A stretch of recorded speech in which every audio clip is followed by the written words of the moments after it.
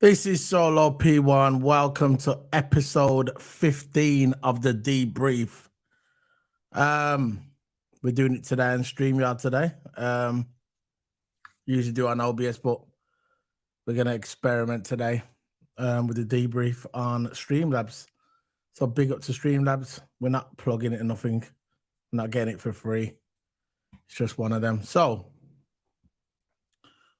I'm going to introduce my co-Q's, my partner on this channel. Always does my videos with me with his expert analysis. This is Toto Abba. Yeah, man. How's it going, bro?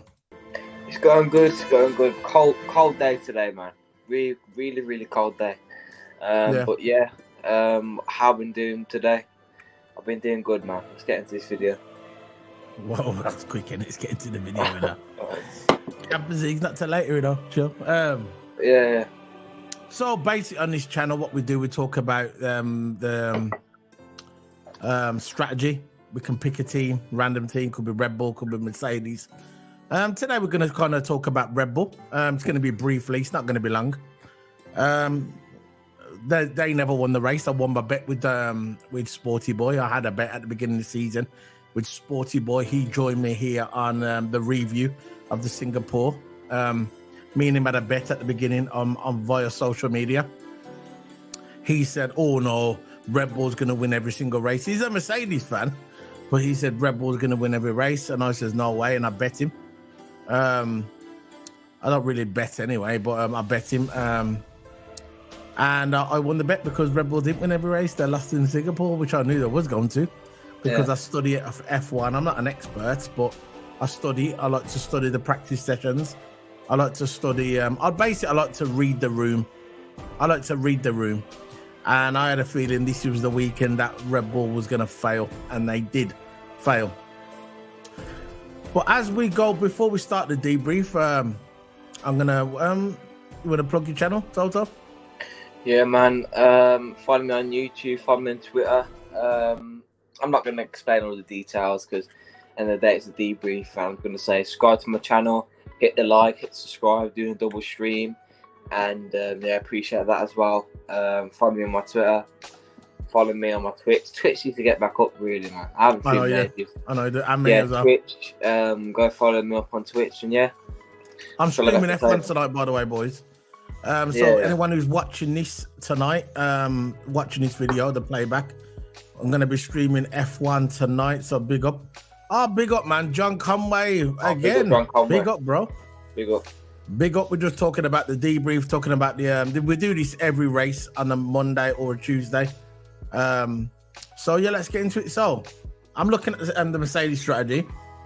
At the beginning of the weekend, there was rules into said that the teams have to stiffen up the front wing and stiffen up the rear wing.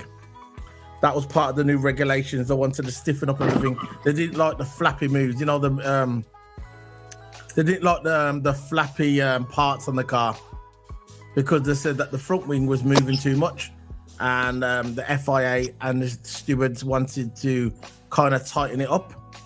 And obviously, well, they spoke to Christian Horner, and you know Christian Horner is never going to tell the truth. He said, "No, we haven't done nothing to our car. Our car's still the same." So obviously, by stiffening up the front wing and stiffening up the rear wing, which was mandatory, every team had to do it. Obviously, Red Bull's car wasn't the same. So what do you think of that, Toto? About Red Bull, yeah, Red Bull had some significant changes going to the Grand Prix. Yeah, of course, they had a new floor. Coming in, and then the tests at the new floor. But I think when it came to practice 2 and 3, I think that's when they actually reverted back to the old floor. And yeah, they just reverted back to the old floor because, of course, Red Bull, of course, did work out for them the floor. And yeah, when it came onto the race, I know this is just the start of the debrief. When it came to the race, I think strategy-wise, they didn't really get nailed strategy-wise, and you saw that in the race. They didn't nail the strategy, and that's all I've got to say about Red Bull at the moment.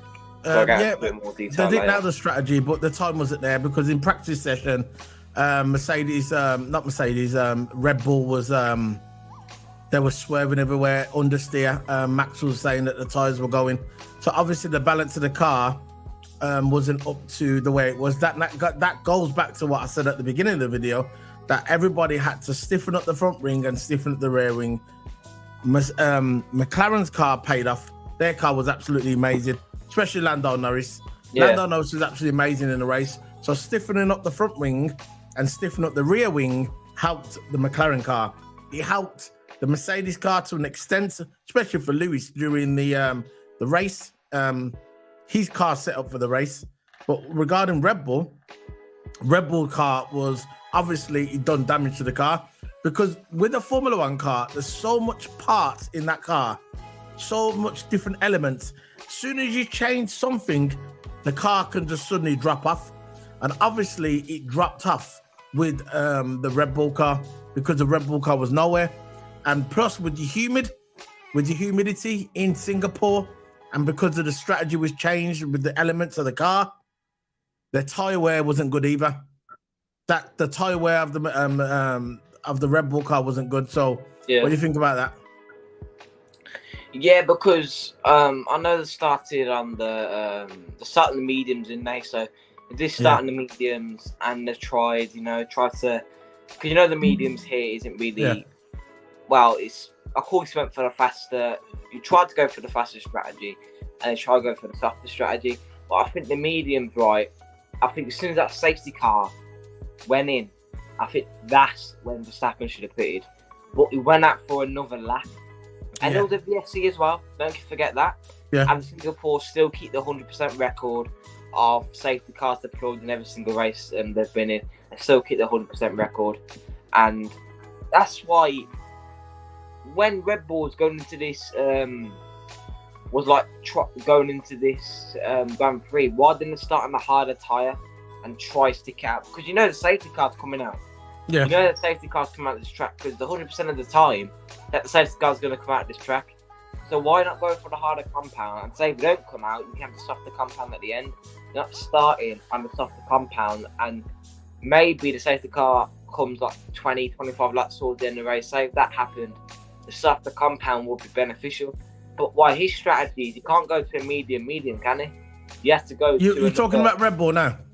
Yeah, I'm talking about Red Bull. Yeah, but I don't think it was a strategy. I don't think it was a strategy.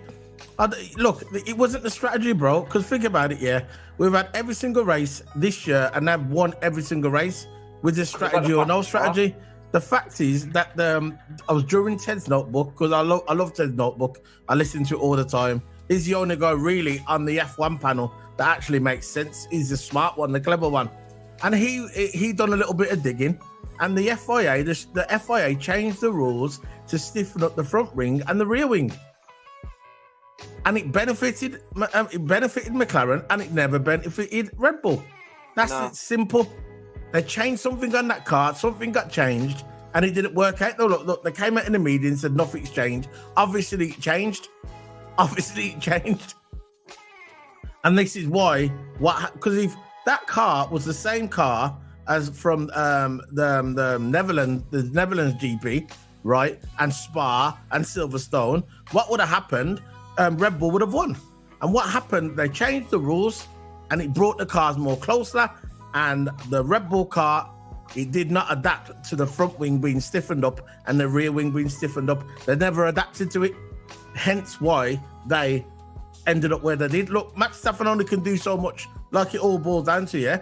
What it boils down to, their car, they changed something on the car because they know they've brought in new directors, they've brought in new staff of Red Bull, the technical department. There's been new people coming this weekend in the Red Bull. Something's changing that team, something we don't know, we're never going to know.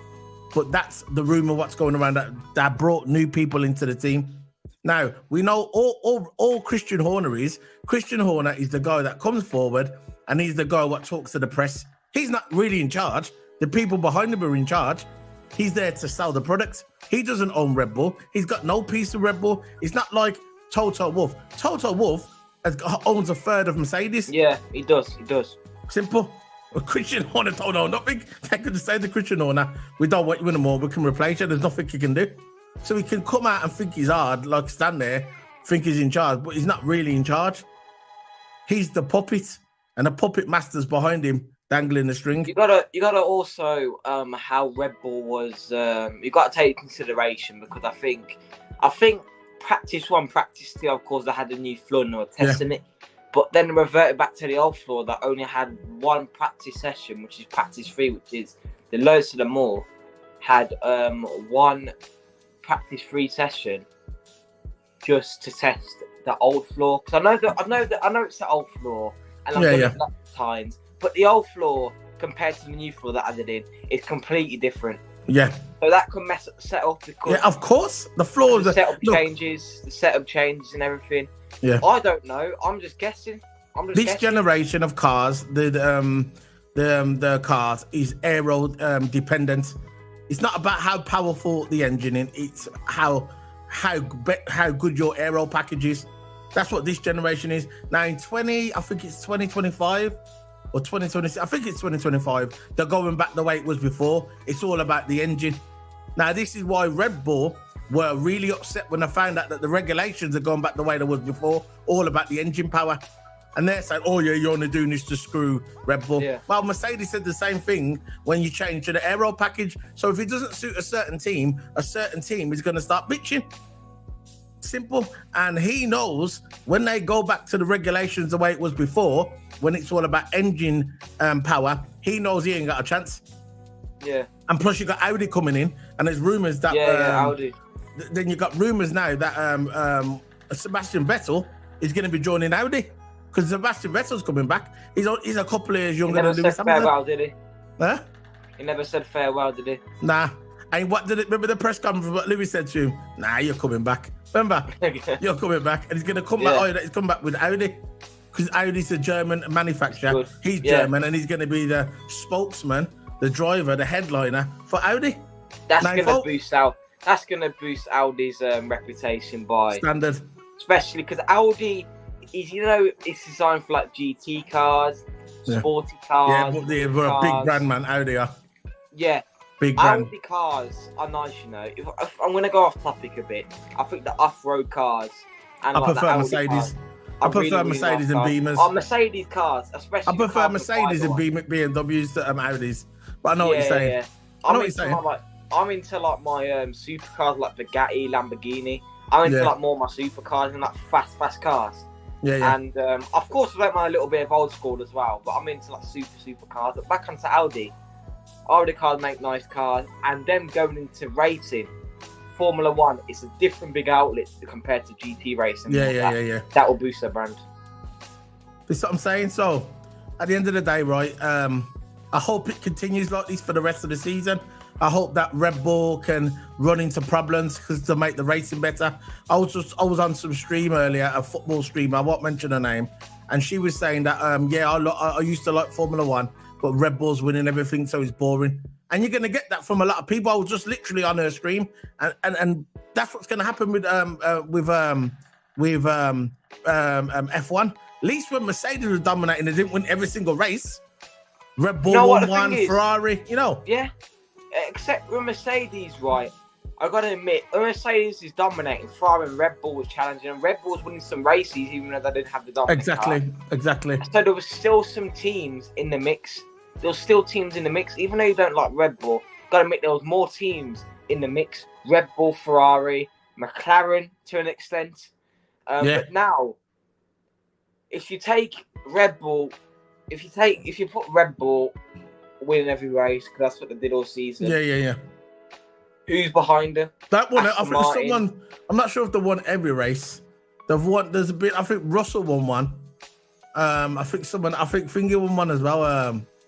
They haven't won every race. Sainz has won one as well, 1 or 2. Sainz won Silverstone, didn't they? Or was that last year? They haven't won every race. I think this season, because Verstappen won every race in this season.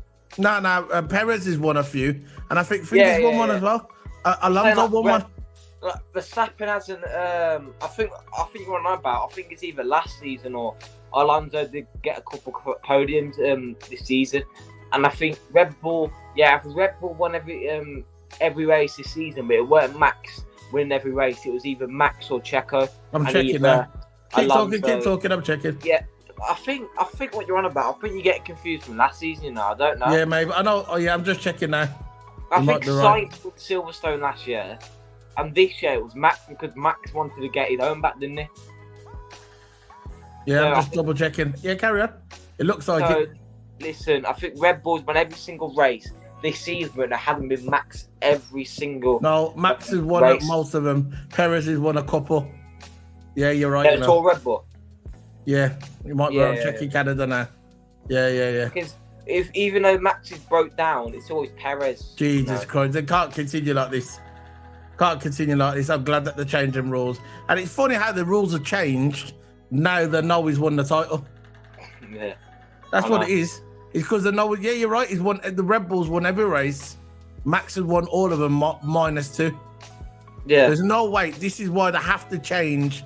This is why they had to change this with the front wing and the rear wing to stiffen it up to try and throw a wrench in, throw a grenade into the mix. Because if this continues, if Red Bull would have continued to win every single race through the entire season, they know they would have lost viewers. They're losing viewers now. They're tanking viewers now. So I'm glad that the strategy worked. This is the end of the debrief. I just want to let all you guys please smash the like button with this. Well, I know we went off topic, but it's our video. We do what we want, I guess. Yeah, it's towards the end anyway. We was talking about the strategy with Red Bull and why Red Bull didn't win the race. Obviously, it's because of the tire degradation. They stiffened up the front wing and rear wing, and obviously the chains, the foot, something is different on that car, fundamentally different on that car. This is why the car failed at Singapore. And plus, they got new technical directors in there as well, seeing over the car. Something's changed on the car, and this is why they dropped off. And hopefully, in this weekend, we've got one of my favorite tracks, my top 3 tracks of all time, Suzuka. Yeah. Hopefully, it will continue and make the racing interesting again. Before we end the video, right? The Suzuka, them flipping fast spins, especially when you play on the simulator. Like Silverstone. Yeah, I love them, man. I love them. They look the proper driver's track. That is. Like. So big up then. See you later, guys. Let me just make sure I put the banner up. See you later, guys. Big up. I'm glad. Yeah, man. That's it, man. We'll be back tomorrow for the player lineup for the Europa Thursday night. Oh gosh. No, see you later. Oh, I love it. Anyway, see you later, guys. Big up. Have a good evening. See you later.